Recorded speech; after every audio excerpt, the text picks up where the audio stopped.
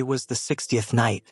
The moon hung over Seoul like a cold white coin, watching silently through the glass walls of the penthouse. Inside, everything was still, except for the ticking of the golden clock on the wall and the muffled sound of rain sliding down the windows. Parton sat at the edge of the massive bed, her heart thudding in her chest. 60 days, 60 nights, 60 dinners eaten in silence. The space between her and her husband had grown so wide she could feel it in her bones. The Korean Mafia boss, Jaemin Park, the man every enemy feared, had become a stranger in his own home. He no longer looked at her the way he used to. Once, his eyes burned with love and mischief whenever she passed by in her silk robes. Now he just nodded, expressionless, like she was one of his guards. He still paid her bills, still protected her, still made sure her closet overflowed with designer clothes. But he hadn't touched her, not even once. And worst of all, she couldn't blame him. 2 months earlier, everything between them had been perfect, almost too perfect. Parton had been that woman who turned heads wherever she went.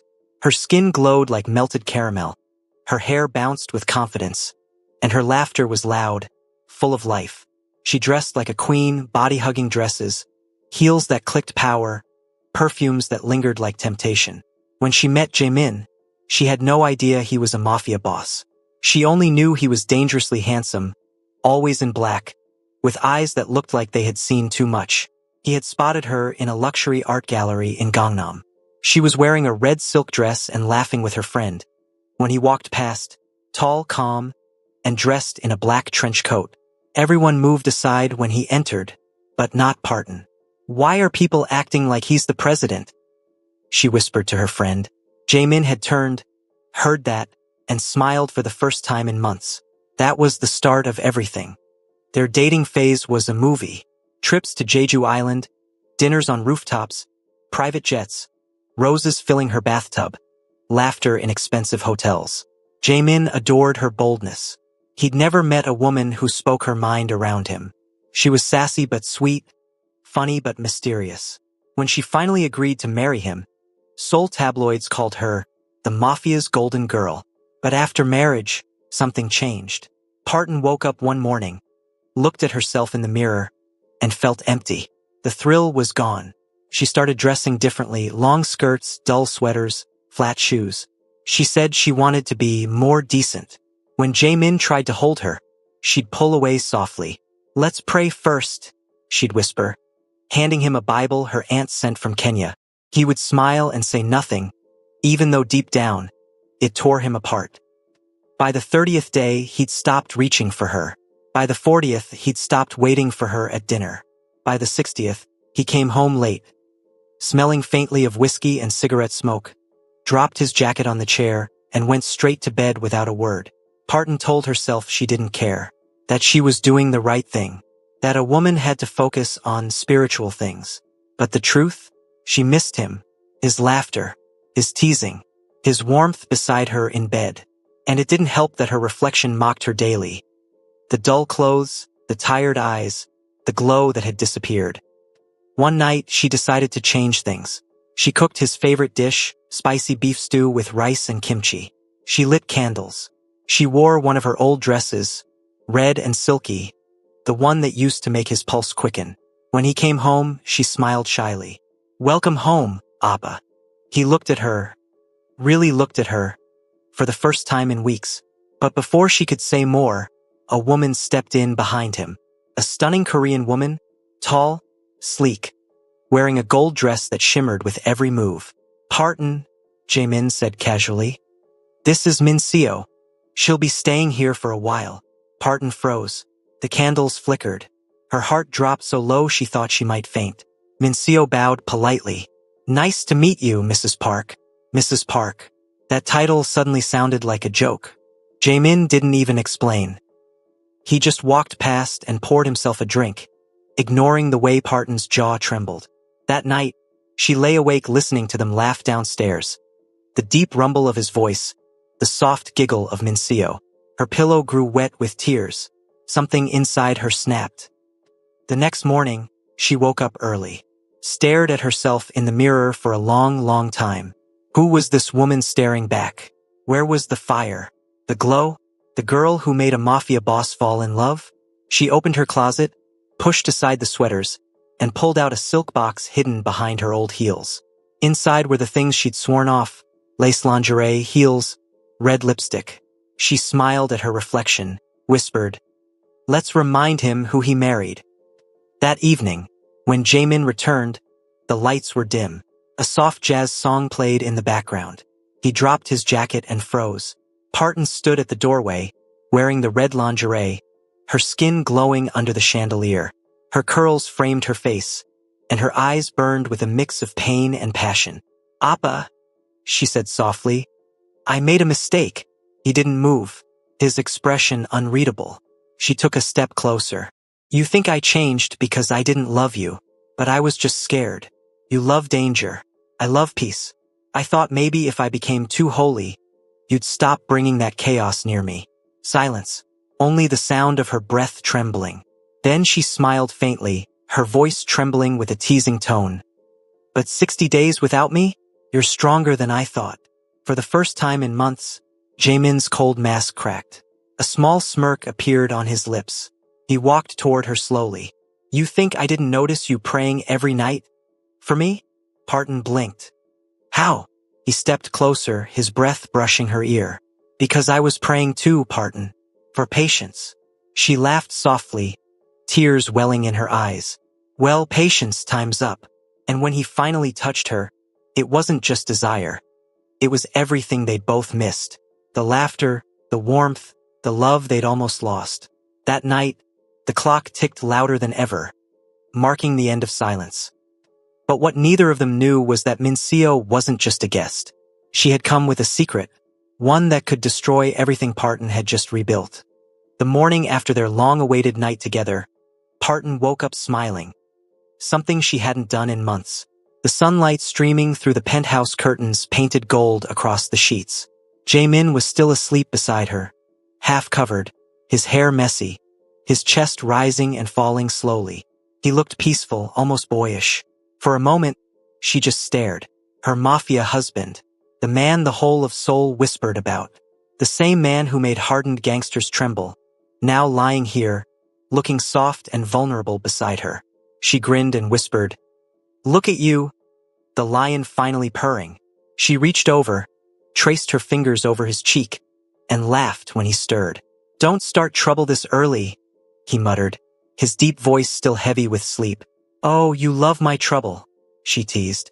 He opened one eye and smiled faintly. "Maybe I do." It felt like magic. The warmth between them, the laughter they'd lost finally finding its way back. But that peace lasted only until the door burst open. Mincio, the woman in gold from last night, stood at the doorway, wearing a tight cream dress and holding a tray with breakfast. "Good morning, boss," she said softly, bowing. Then her eyes met Parton's.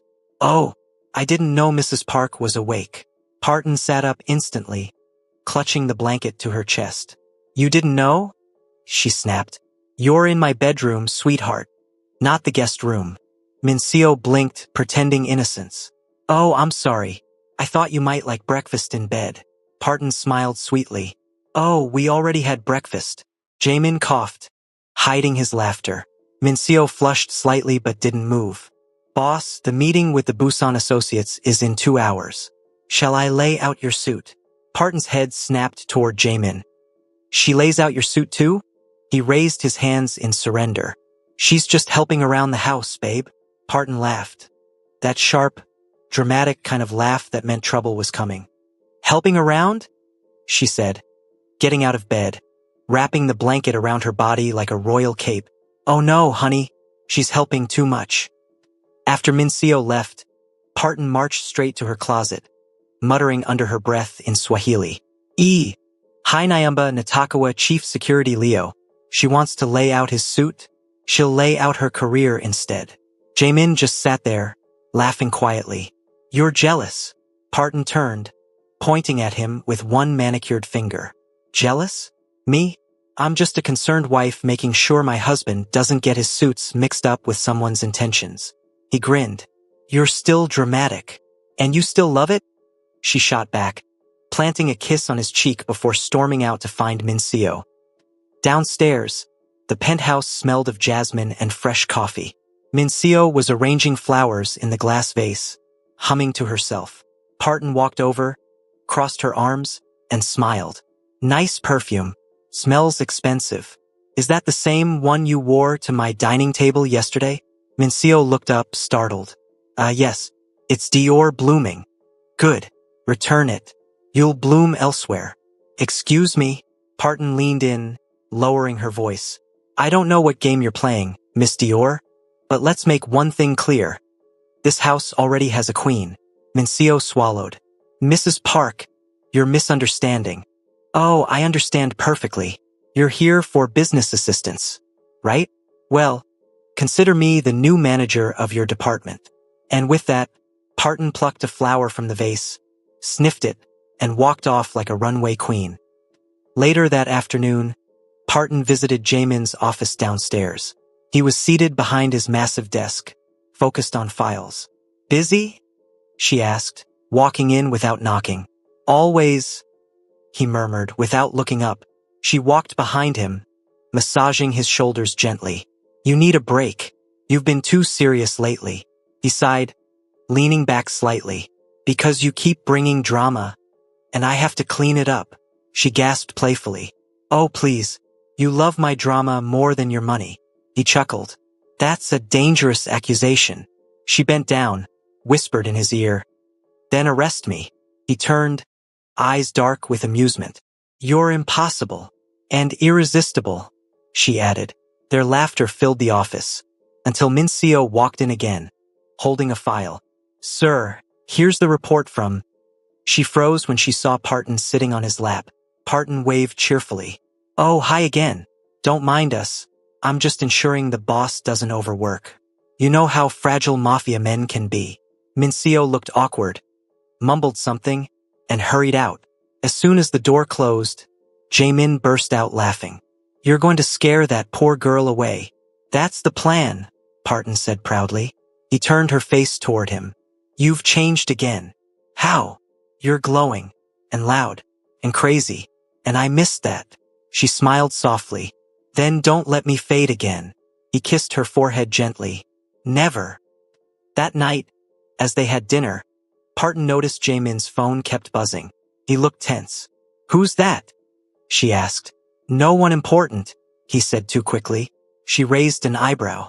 Oh, really? Because you only lie that fast when it is important. He sighed. It's business, Parton.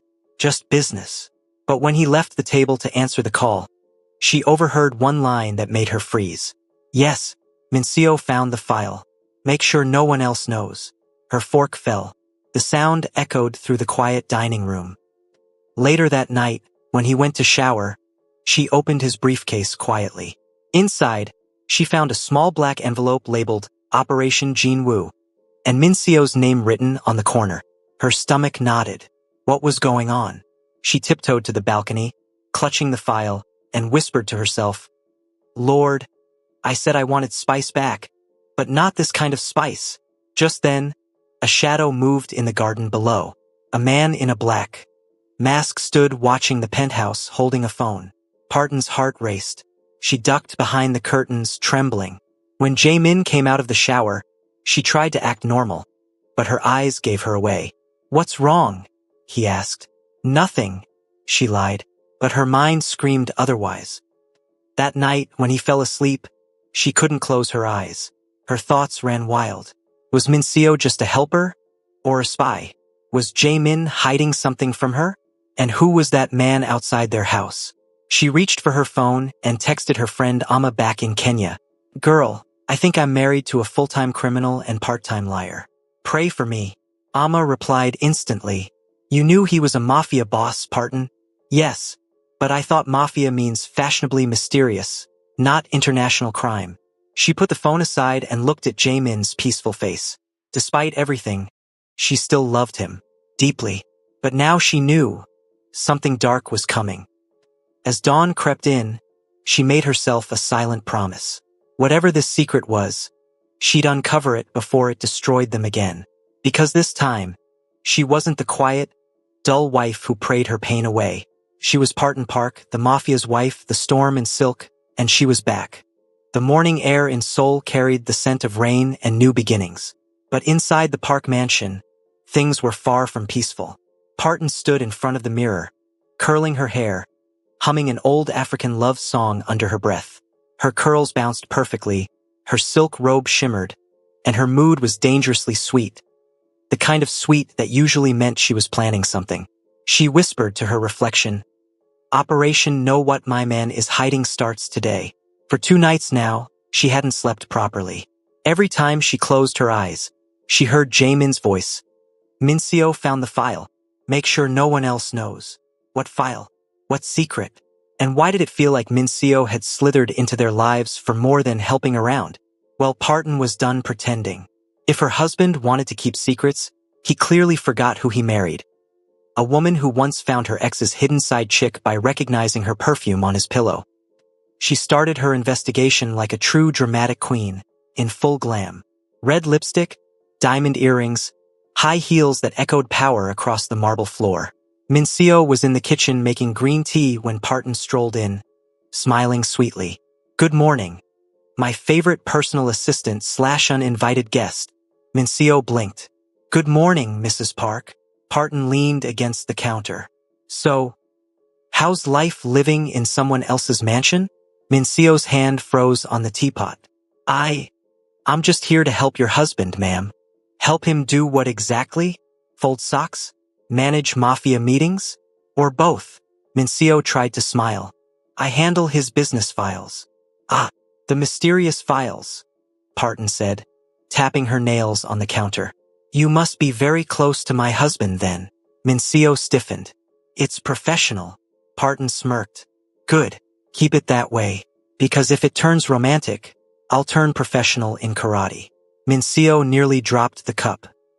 Later that day, Jaemin left for a meeting, leaving his laptop on the study table. Parton waited exactly 2 minutes before sneaking in like a cat. She closed the door, sat down, and whispered, "Let's see what's behind curtain number 1, Mr. Mafia." She tried guessing his password. Parton 123? Denied. "I love Parton?" Denied again. She frowned. "Wow, even your laptop denies me." Then she remembered something, the number 60. 60 days of silence. She typed 60 nights, and the screen unlocked. "Ha!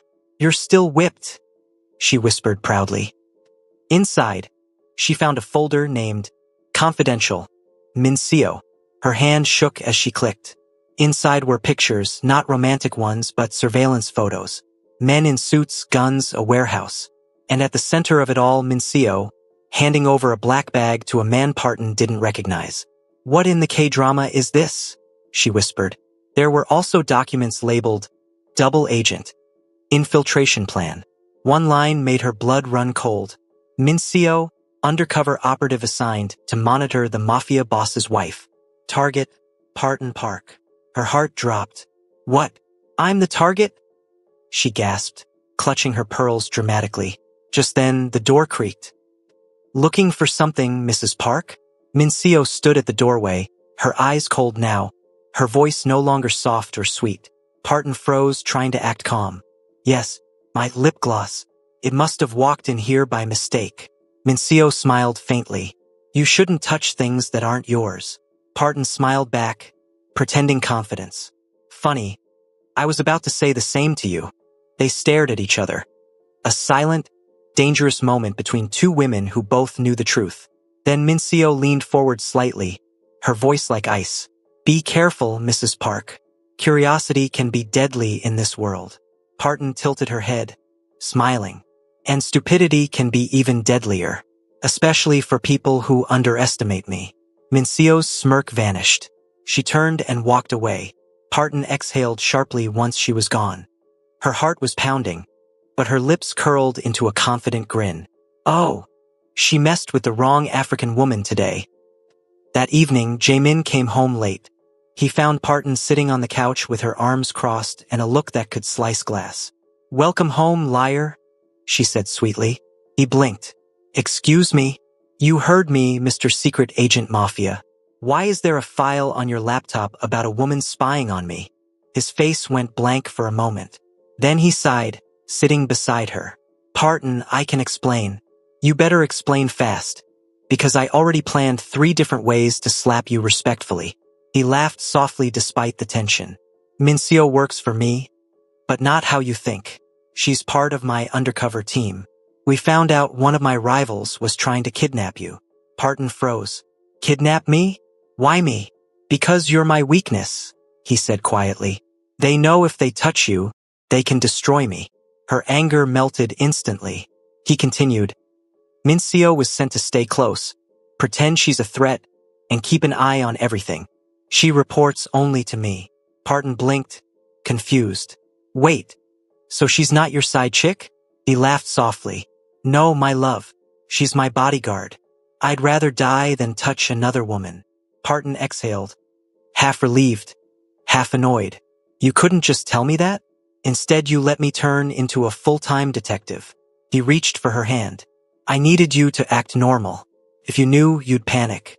And when you panic, you post Bible verses on Instagram. She gasped.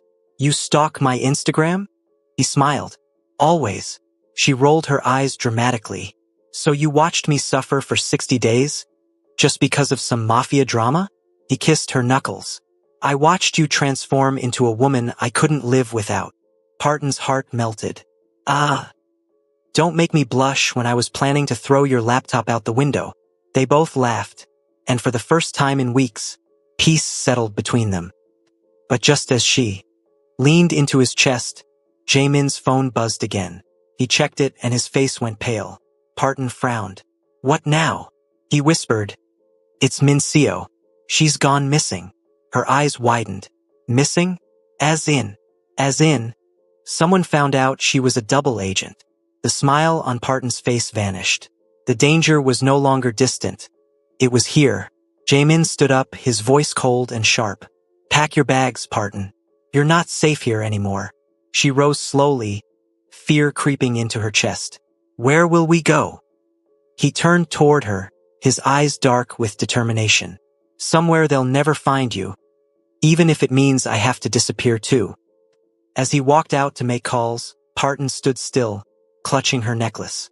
Her life had gone from fairy tale to thriller, and she wasn't sure what tomorrow would bring. But one thing she knew for sure, whatever happened next, she wasn't leaving Jaemin again. She whispered to herself, if the Mafia wants war, they'll get it, but they'll also get fashion. She put on her heels, smirked at her reflection, and walked out like the queen she was. The night sky swallowed Seoul as black cars rolled silently through the back roads. Jaemin's men drove in a tight formation. Their headlights dimmed, their faces grim.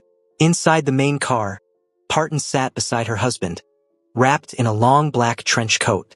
She had thrown her essentials into a bag.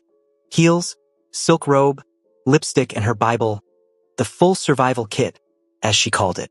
The rain beat against the windows as she looked out. The glittering city lights faded, replaced by dark hills and endless pine trees. She sighed. You know, when I prayed for a romantic getaway, this was not what I meant. Jaemin glanced at her and almost smiled. Even now, she could make him laugh. You wanted an adventure. I wanted Bali, not Batman's mountain hideout. He chuckled softly but didn't answer. His hand brushed hers, and for a moment, they just sat in silence.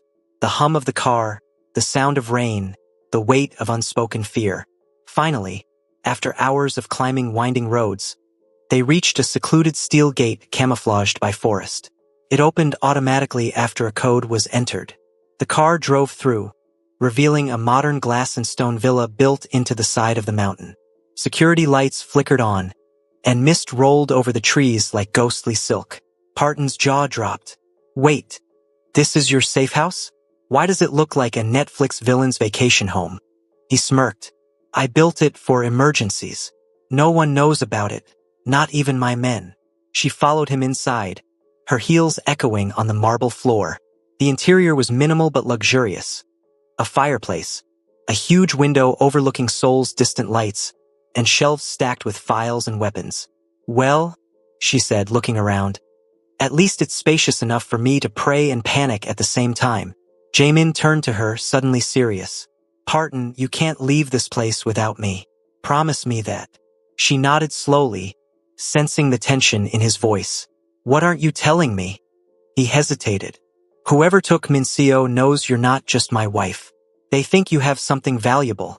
Something I hid in your name. Her eyes widened. You did what? Documents. Names. Proof that could destroy one of the biggest syndicates in Korea. I needed a place no one would suspect. Parton placed her hands on her hips.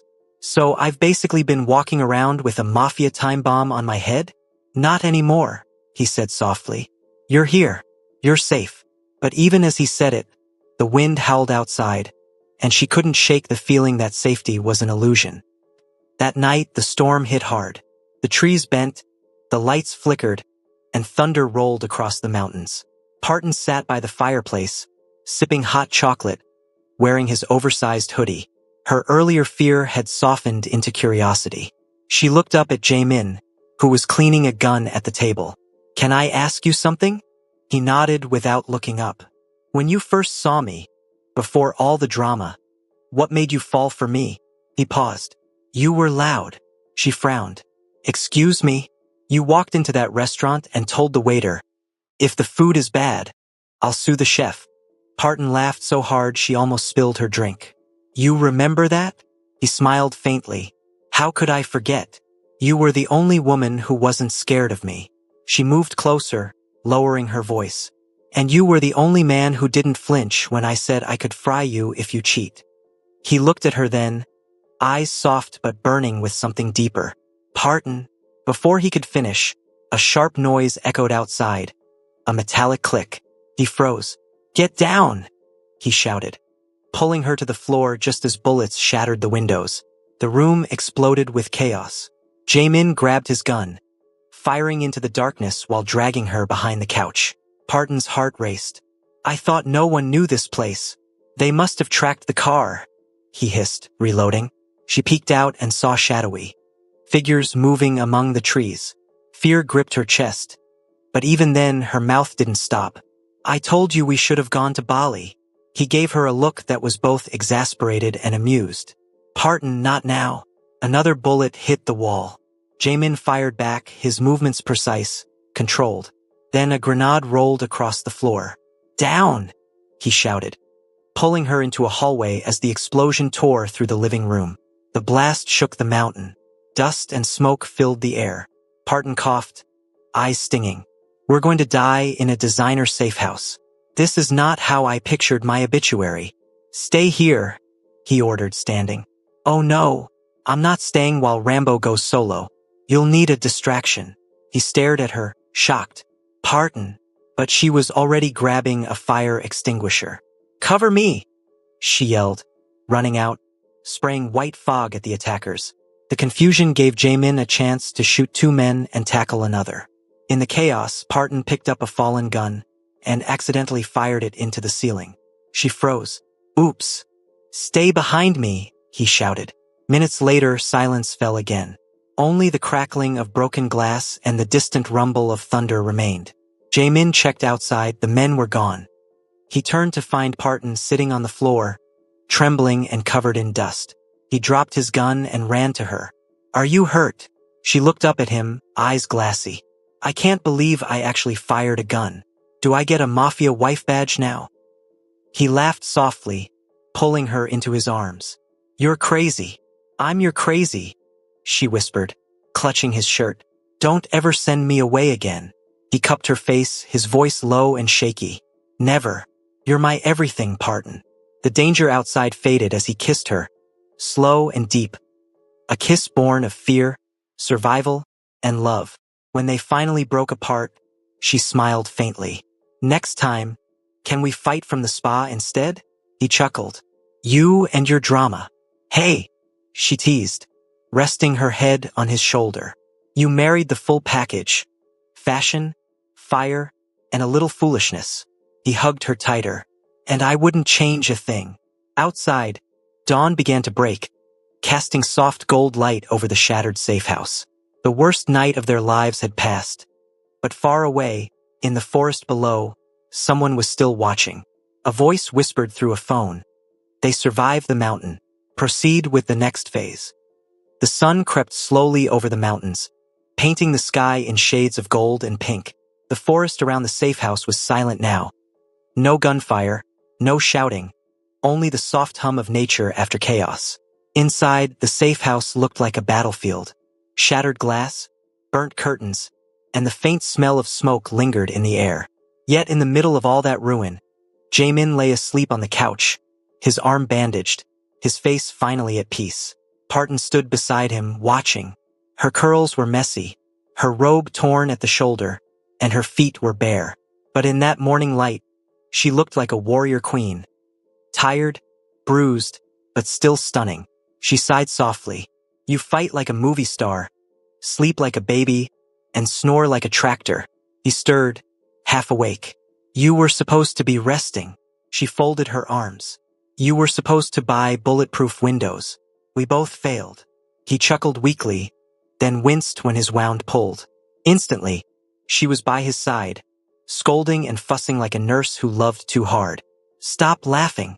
You're still injured, she said, dabbing his forehead with a damp towel.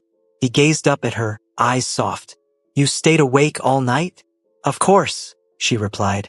Someone had to make sure no ghost with a gun returned. He smiled faintly. You were brave last night, Parton. I've seen trained men freeze in moments like that. She shrugged playfully. Well, when life gives you bullets, you improvise with a fire extinguisher. He laughed. A deep, genuine laugh that echoed through the silent room. Only you could turn a shootout into a comedy. She leaned closer, whispering, It's part of my African charm. We fight with style. For a moment, they just stared at each other, the air between them heavy but tender. Then his hand reached up, brushing a stray curl from her face. You saved my life. Her heart fluttered. Please, don't make me cry this early in the morning. I already used my last tissue wiping blood off the floor. He smiled. You're incredible. She looked away, blushing slightly. I'm a mess. No, he said softly. You're mine. The words hit deep, gentle, possessive, and full of emotion. For days, she had doubted whether he still saw her as the woman he fell in love with. But now, his gaze said everything.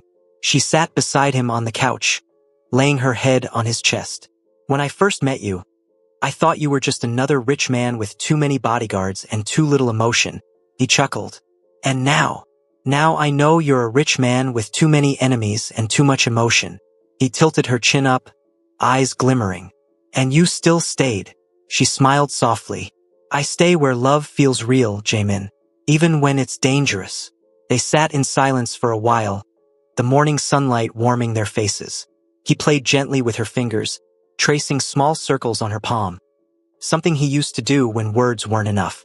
Then he whispered, You shouldn't have risked yourself last night. I almost lost my mind when that grenade went off. She looked up at him, voice calm but firm. You married a woman who doesn't run from storms, Jaemin. I fight beside my man, not behind him. His lips curved into a proud smile. That's why I love you. Later, she made breakfast, or what she called breakfast. Burnt toast, over-fried eggs, and tea that smelled suspiciously like perfume. When he limped into the kitchen, she was humming again, wearing his oversized shirt with her hair tied up in a scarf. The sunlight made her skin glow like caramel gold. Wow, he said, leaning against the counter. This looks unique. She raised an eyebrow. Unique means delicious in your language, right? He sat down, pretending to be serious. Totally. I can't wait to taste this creativity. She burst out laughing and flicked a crumb at him. You better eat it. It's made with trauma and true love. He took a bite, grimaced slightly, then smiled. Tastes like both. Parton laughed so hard she almost spilled her tea. See? You survived bullets, now you can survive my cooking. They spent the rest of the morning teasing each other, her mimicking his serious Mafia tone, him joking about her detective instincts. The tension that once filled the air was gone, replaced by lightness and laughter. But beneath that laughter, both knew the danger wasn't over. By afternoon, Jaemin was outside making phone calls to his men. Parton sat on the balcony, wrapped in a blanket, staring at the mist curling over the mountains. When he returned, his face was tight. What's wrong? She asked. They found Minsio's car near the river. he said quietly. No body yet, but there was blood. Her heart sank. Oh my God. She risked everything to protect us, he said, clenching his fists. And now, Parton stood and placed a gentle hand on his shoulder. Hey, she knew what she signed up for. You can honor her by finishing what she started, but not by breaking yourself. He looked at her, surprised. When did you get so wise? She smiled faintly. After surviving a Mafia gunfight in a silk robe. He exhaled, some of the tension easing from his face. You make even death sound poetic. She grinned. That's my brand. He pulled her close, wrapping his arms around her waist. Promise me something, he whispered. What? If something happens to me, you run. Don't wait. Don't fight. Just go.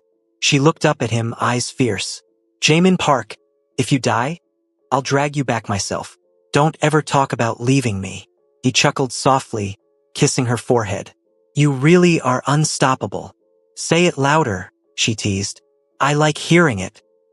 He looked into her eyes, the morning light flickering in his dark ones. You're my strength, Parton. My light. My reason. She smiled, her voice barely a whisper. Then, don't lose me. Not to enemies, not to fear. That night, the mountain was quiet again.